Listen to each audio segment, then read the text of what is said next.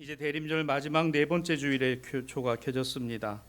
우리는 이 촛불로 어둠으로부터 점점 더 밝음으로 나아가고 세상의 빛이요 참 빛이신 세상의 구원을 주시는 예수님을 맞이합니다.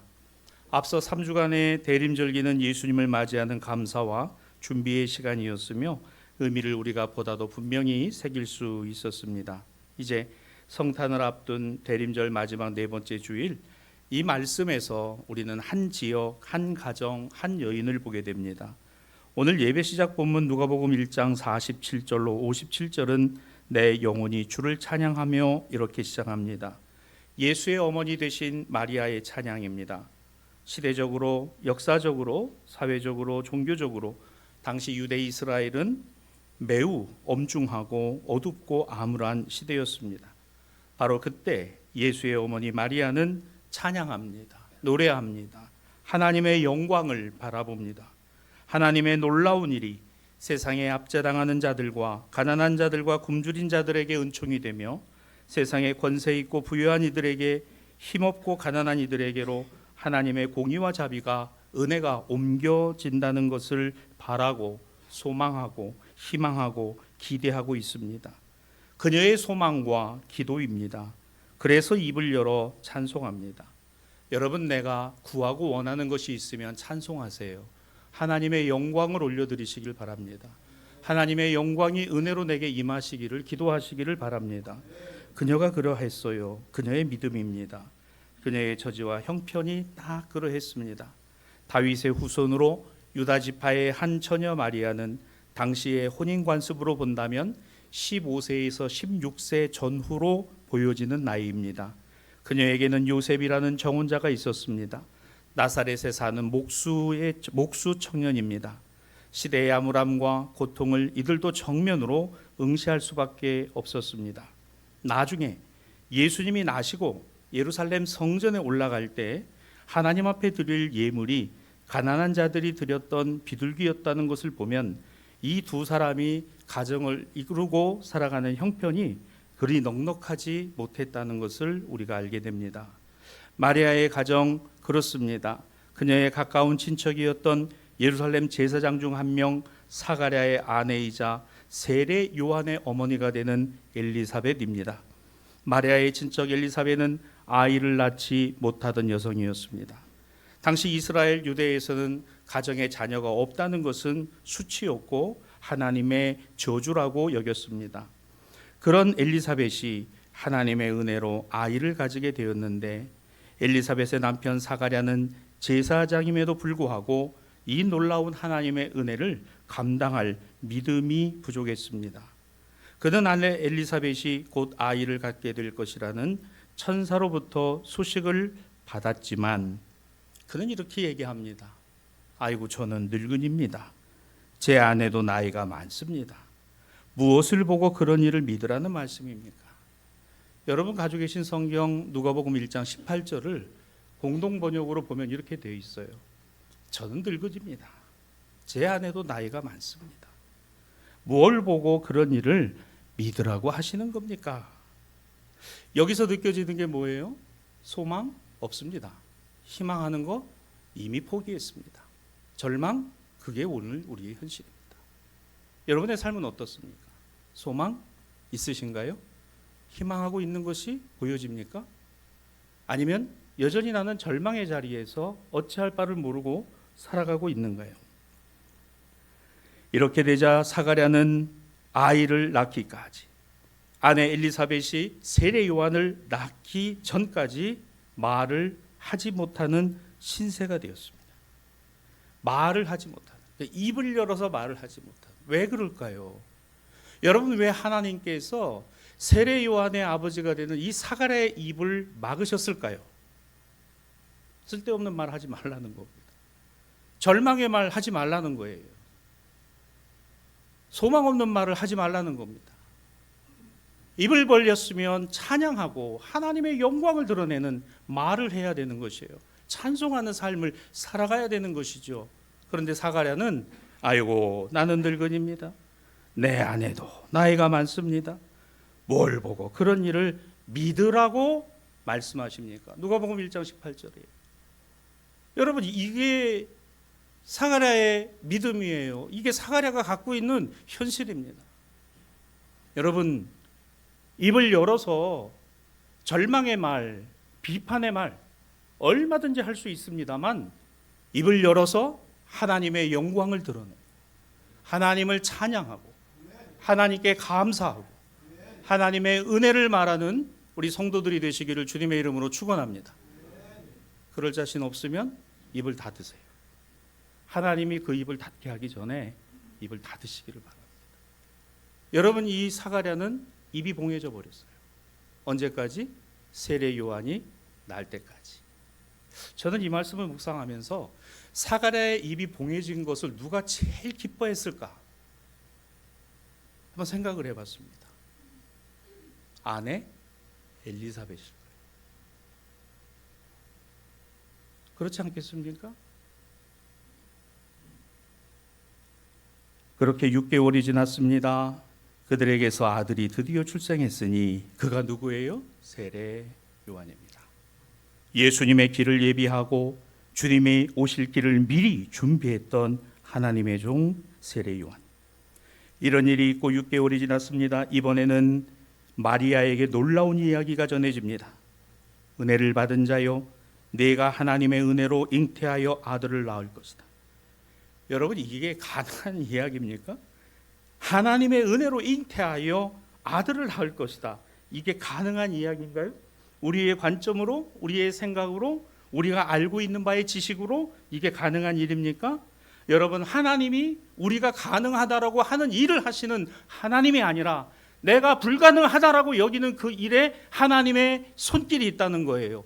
하나님은 가능하신 하나님이실 뿐만 아니라 불가능을 가능케 하신 하나님. 나는 안 된다고 하지만 하나님은 되게 하신 하나님. 나는 없다고 하지만 하나님은 있게 하신 하나님.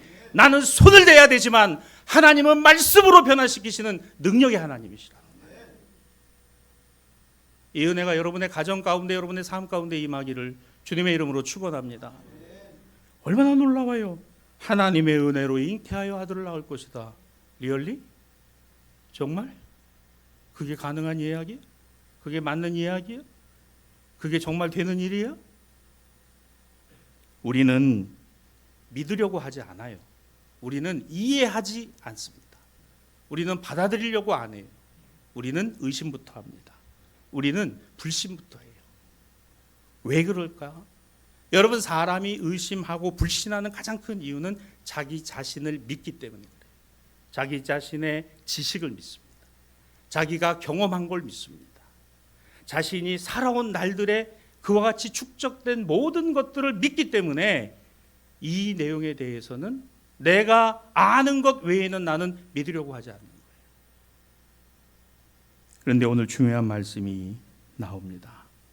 누가복음 1장 37절로 38절이에요. 하나님의 모든 말씀은 능하지 못하심이 없느니라. 하나님의 모든 말씀은 능치 못하심이 없느니라.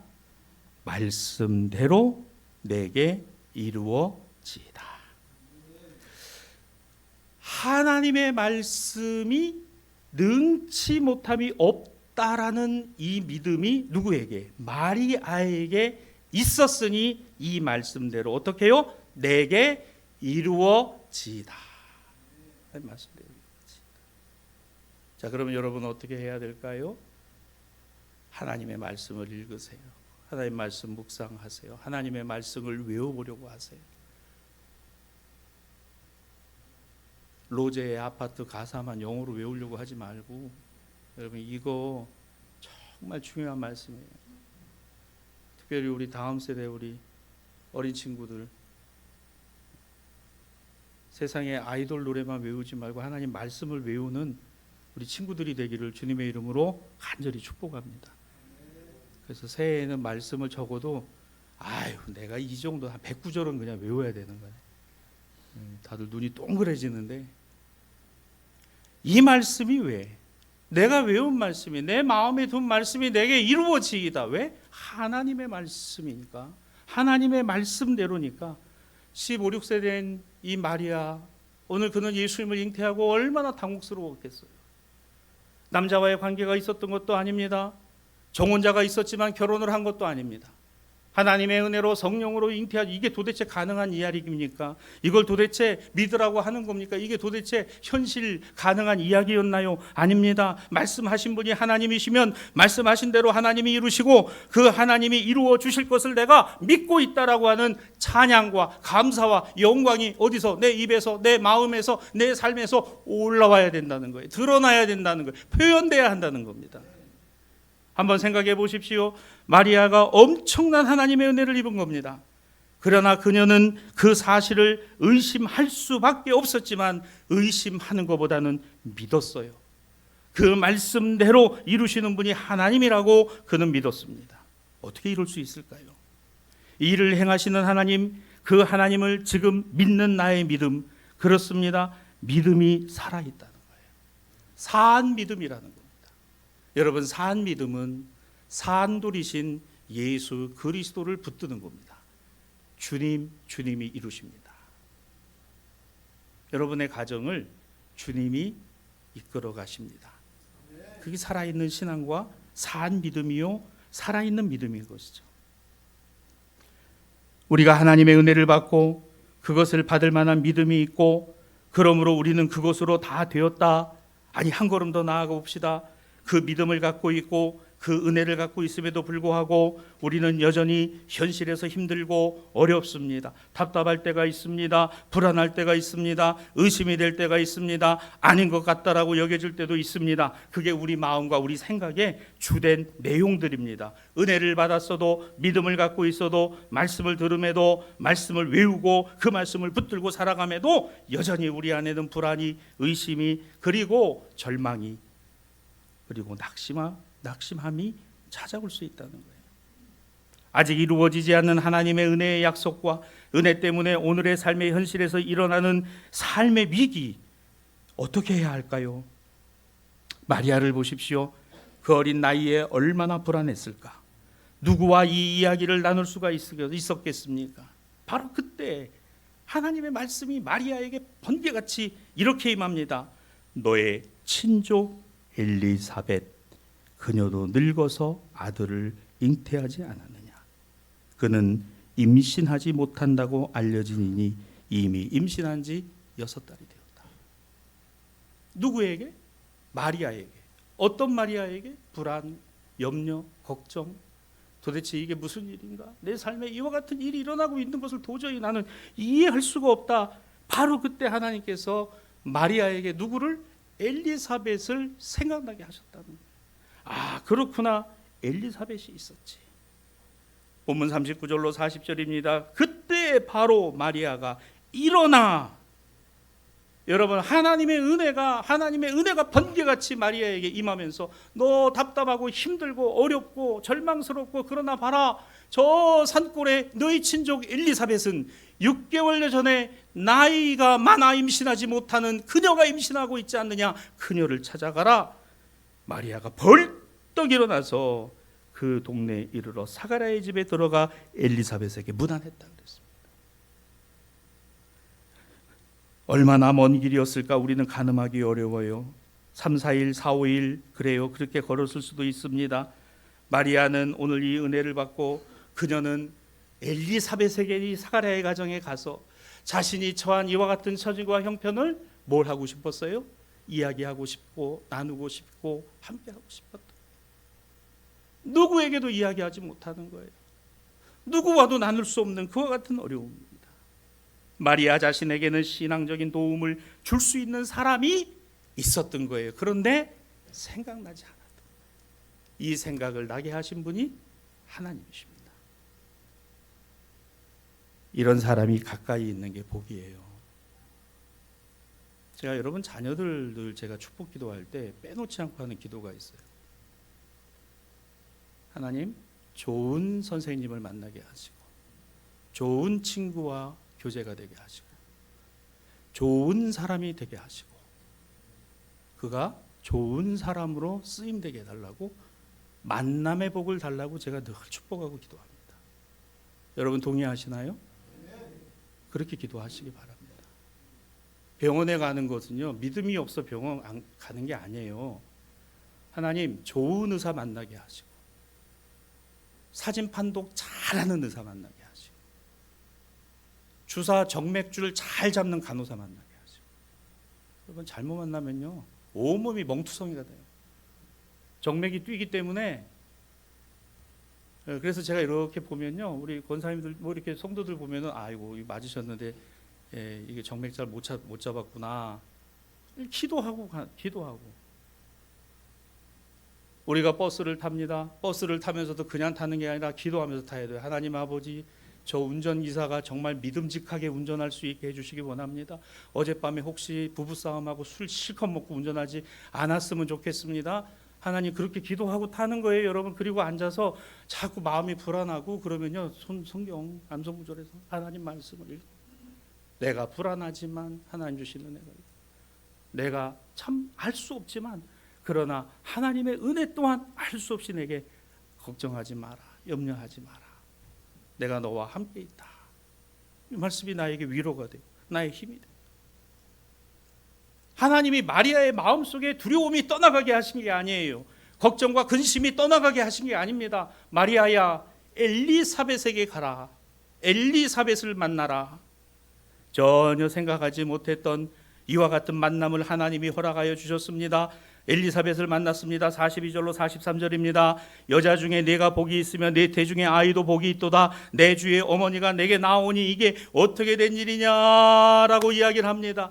그 앞에 생략된 부분들이 있겠지요. 배가 불러오고 있는 마리아, 오늘 그가 정혼하고 결혼하지 않았음에도 불구하고 하나님의 성령의 은혜로 말미암은 일이라는 것을 오늘 엘리사벳은 알았던 거예요. 그리고 그녀가 이렇게 말합니다. 여인 중에 내가 복이 있고 이 태중에 아이가 복이 있다라고 이야기를 합니다. 여러분, 이 말이 얼마나 큰 위로가 됐겠습니까?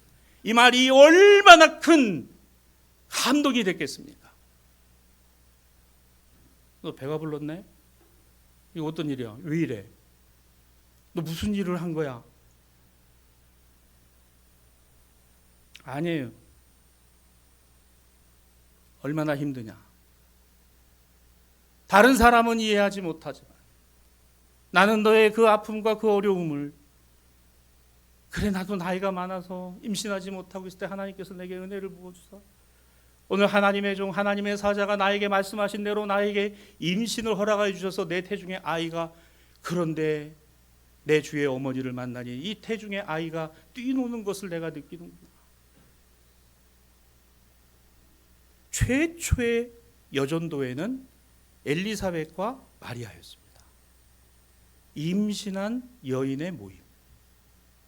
같은 처지와 같은 상황에 있는 분들이 소그룹이 되고 매칭이 되고 그와 같은 상황을 나눌 수 있어야 되는 것이 교회, 친교의 중심입니다. 나이대라든가 생각하는 거라든가 신앙의 연륜이라든가. 또 하나는 신앙과 믿음이 조금은 부족하고 모자르면 그래도 신앙과 믿음을 바르게 인도하여 줄 수 있는 분들이 세워져야 돼요. 우리 자문 기도하신 것처럼 차세대 영적 지도자, 차세대 영적 리더들을 우리 교회가 관심하고 앞으로 길러가고 교육해야 하는 것은 우리 기성세대의 몫이고, 교회가 다음 세대를 준비하는 가장 중요한 하나의 전환점이라는 사실입니다. 여러분, 이 여전도의 모습이 아니겠습니까? 마리아야, 얼마나 힘들어. 그 태중에 있는 아이, 그 아이가 복이 있고, 마리아는 오늘 이 말에 정말 은혜를 받았습니다. 더 정확히 말하면 마리아는 자기 자신을 이해해주고 알아봐주는 엘리사벳이 너무도 귀하게 여겨졌던 거예요. 그래서 그녀의 마음에는 한없이 평안했습니다. 교회에 오면 평안해야지요. 교회에 오면 만남이 즐거워야 합니다. 교회에 오면 만남이 기뻐야 되는 거예요. 교회에 오면 그 만남이 정말 하나님의 은혜와 은총을 나누는 그와 같은 모임이 돼야 되는 거잖아요. 주님의 뜻을 받아들이고 주님의 뜻이 오늘 내 안에, 우리 모두가 함께 나눌 수 있으니 평안한 것 아니겠습니까? 그러자 즉시 마리아는 하나님께 영광을 올려드리는 찬송을 불렀던 것입니다. 그것이 바로 누가복음 1장 46절로 56절에 나오는 그 유명한 마리아 찬송, 마리아 찬양입니다. 시작은 이렇습니다. 내 영혼이 주를 찬양하며, 내 영혼이 주를 찬양하며. 오늘 바로 예배 시작의 말씀으로 함께 읽은 본문입니다. 여러분, 이런 은혜 받은 자의 확신과 평안이 있기를 바랍니다. 이런 말을 해주는 사람이 여러분 가까이 있게 되기를 주님의 이름으로 축복합니다.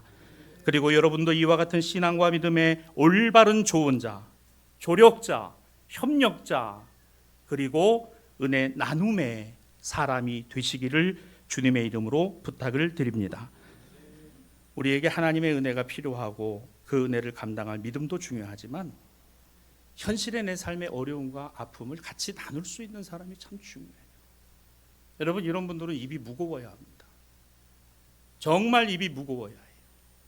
함부로 성도들의 가정사와 내용에 대해서 이야기하면 안 됩니다.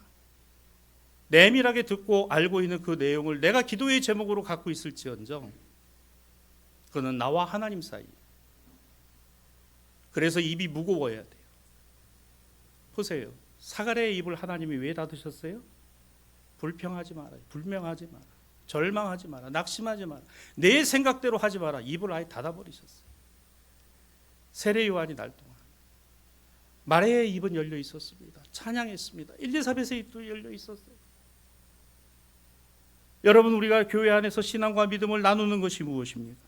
내 삶의 어려움과 힘겨움들이 있을 때 정말 그와 같은 것을 알아주고 이해해주고 함께해주고 기도해주고 힘이 돼주고 격려해주고 감싸 안아주고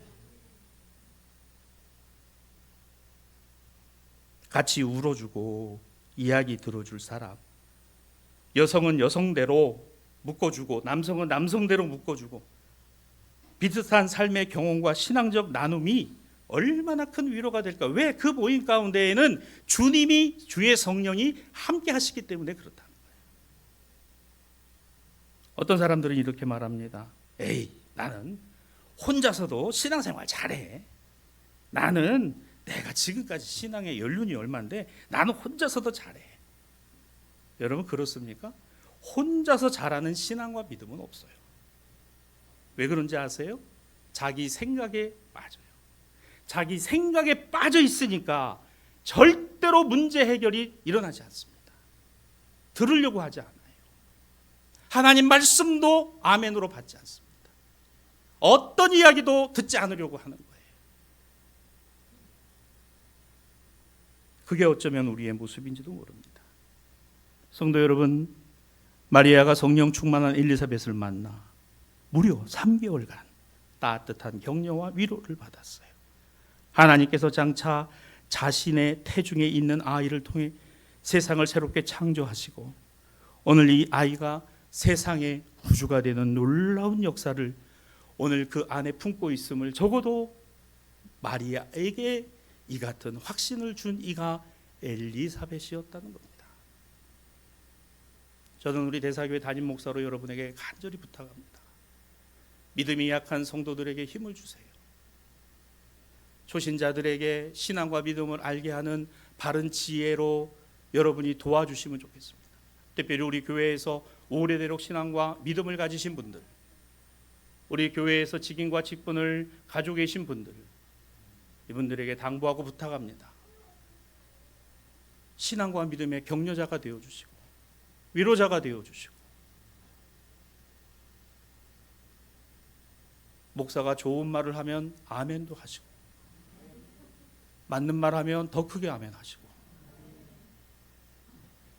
아멘 안 하는 분이 한 4사람 정도 있으신데 그분들도 아멘하게 되기를 주님의 이름으로 축원합니다. 아이도 아멘을 안 해요. 여러분, 오늘날 이런 사람들에게 희망과 신앙과 믿음의 위로를 받게 되는 것이죠. 사랑하는 여러분, 기억합시다. 은혜는 무례하지 않습니다. 은혜는 소란하지 않아요.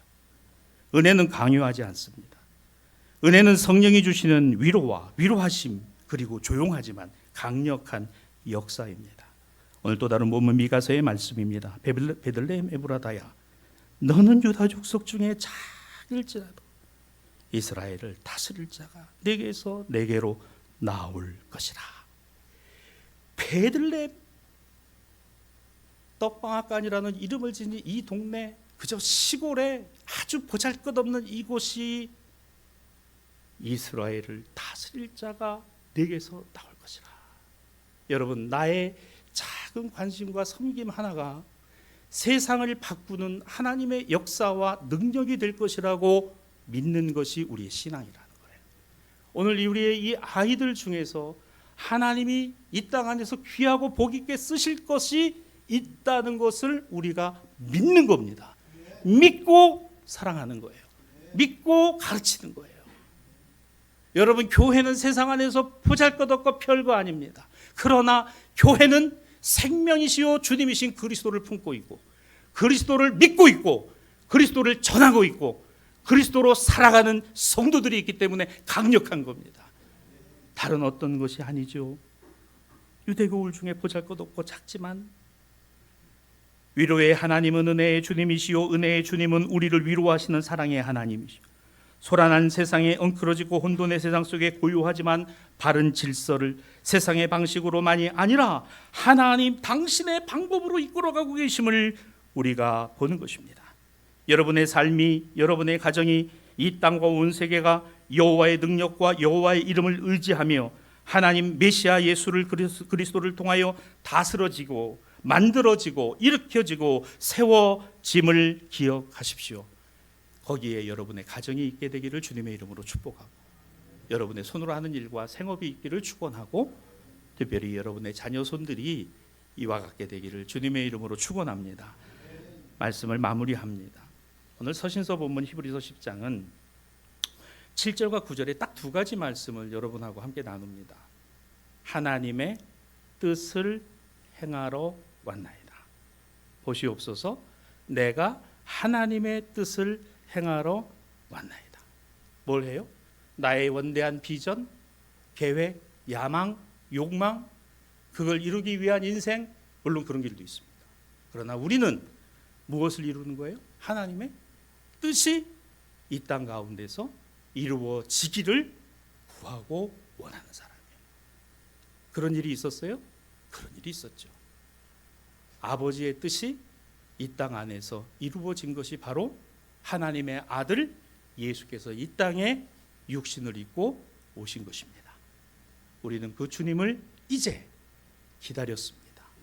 그리고 맞이할 것입니다. 아멘. 주 예수여 어서 오시옵소서. 하늘 뜻 이 땅에서 이루어지기를, 하늘 뜻 우리 가정에서 이루어지기를, 하늘 뜻 우리 생업과 손으로 하는 일 가운데 이루어 주시기를, 아버지 뜻 우리 자녀손들 안에서 이루어 주시기를, 아버지의 이 귀한 뜻이 이 복된 교회를 통해서 이루어지기를, 이 기도가 우리 모든 성도들의 기도가 되기를 주님의 이름으로 축복합니다.